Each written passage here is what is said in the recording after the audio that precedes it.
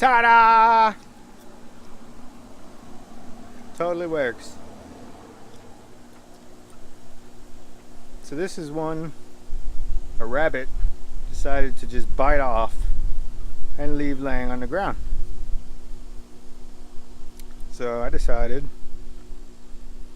I was going to try to root it. Excuse me. So essentially what's going on here is I have a pump, this air pump on these nasty buckets, and there's a tube going in there to an air, I would call it an air stone, but it's not exactly an air stone. It's a EPDM tubular bubbler thing. As you can see, anyway, we've got the tote filled with some water, and because water is so heavy, it's bulging out. So what I did is I took the lid, drilled a few holes in it here, drilled some down on the ledge, the lip there, and then I'm going to put zip ties in there to hold it together.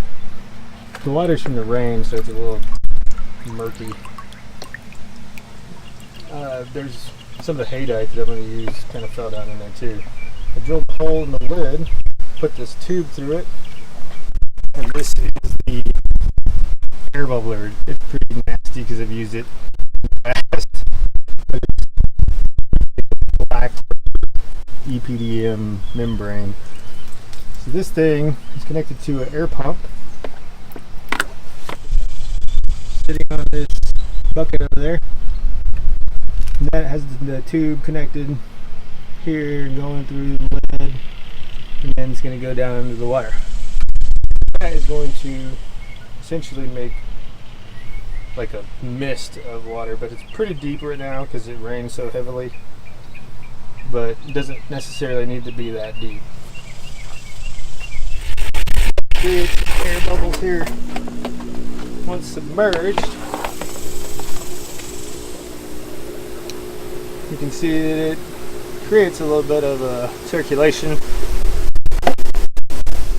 Once the DIY net cups are in there, there'll be more of like a humidity in there. So this one can eventually evaporate a little lower and it'll be so full, which is not really a bad thing. It's not too much of a bad thing that it is so full right now. So I'm going to go ahead and attach the top so that I can get this to stop going out so badly. There. Once I put this lid on, I took these zip ties that I got out of some package. I don't know what it was for. I use those. I can't seem to find my zip ties, so this should do for now. They seem to be pretty heavy duty, or heavier duty than the ones I even had.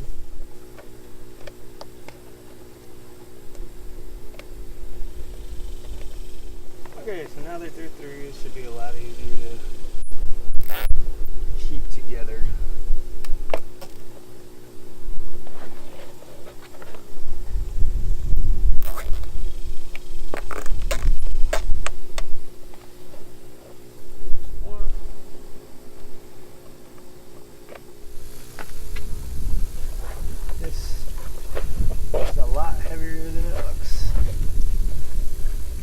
Water is 8.8 pounds per gallon, and assuming this is around 50 gallons.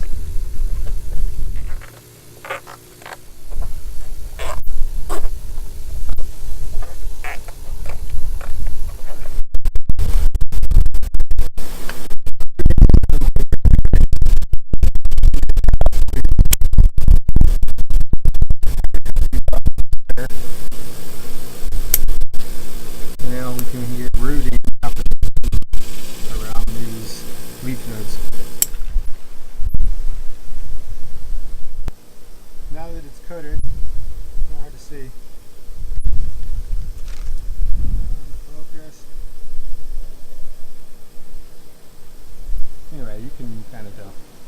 There's a little white powdery What I really like about using the haydite, or you could use gravel, is that you can check the roots easily. You turn the cup over. If you got roots, great, you put it in the ground. If you don't, then you can put it right back. It doesn't disturb your roots or slow its growth.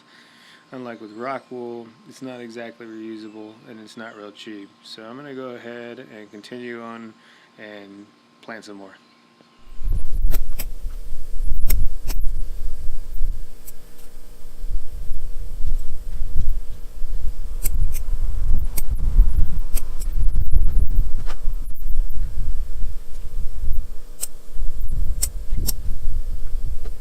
Getting these wet definitely makes it easier for the rooting hormone to stick. It's pretty easy just to get it a little bit wet, put it in there, and it sticks a whole lot easier. You do not want to be breathing this stuff in, and absolutely wash your hands when you're touching this stuff before you eat something. Now we're just going to speed things up a little bit.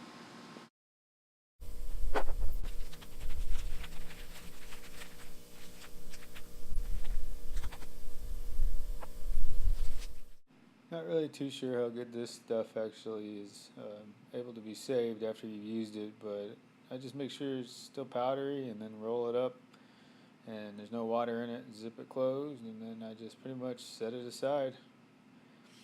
And then it seems to work pretty good, but I guess at this point I'm going to go ahead and just take these and finish up and then try to go ahead and wrap this up.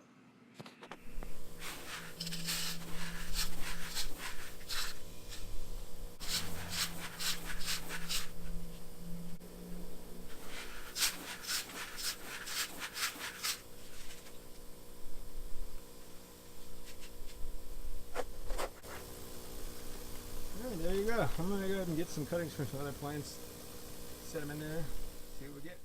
Okay, it's been a couple weeks and we have roots. This is a giant hibiscus, which typically you wouldn't try to root something that large, but from what I understood, they do very well in standing water and don't mind wet feet. So I figured, why not? I'm going to give it a shot. This thing produces dinner plate size burgundy flowers, and I really enjoy these flowers, so I figured, I'm going to give it a shot anyway. But took it out of the cup and figured I'd check, and sure enough, we got roots. The plant over there you see is a watermelon plant.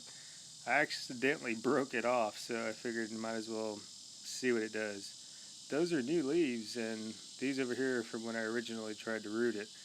They didn't really like that. But now they're doing better, so I figured we might as well see how it's doing. Go ahead and pull this thing out. And we have roots. So I don't really know where I'm going to put this. I've got way too many watermelon plants as it is. I think I might just leave it in there. So let's see how the rest of these are doing. Got a sweet potato vine. This thing is not very happy, but they usually root pretty good. I kind of expected more than that, but we'll leave it in there for a little longer. See what happens. Try to get those back in there without breaking them off. Well, that's pretty much it. We'll probably check back on these in a week or two.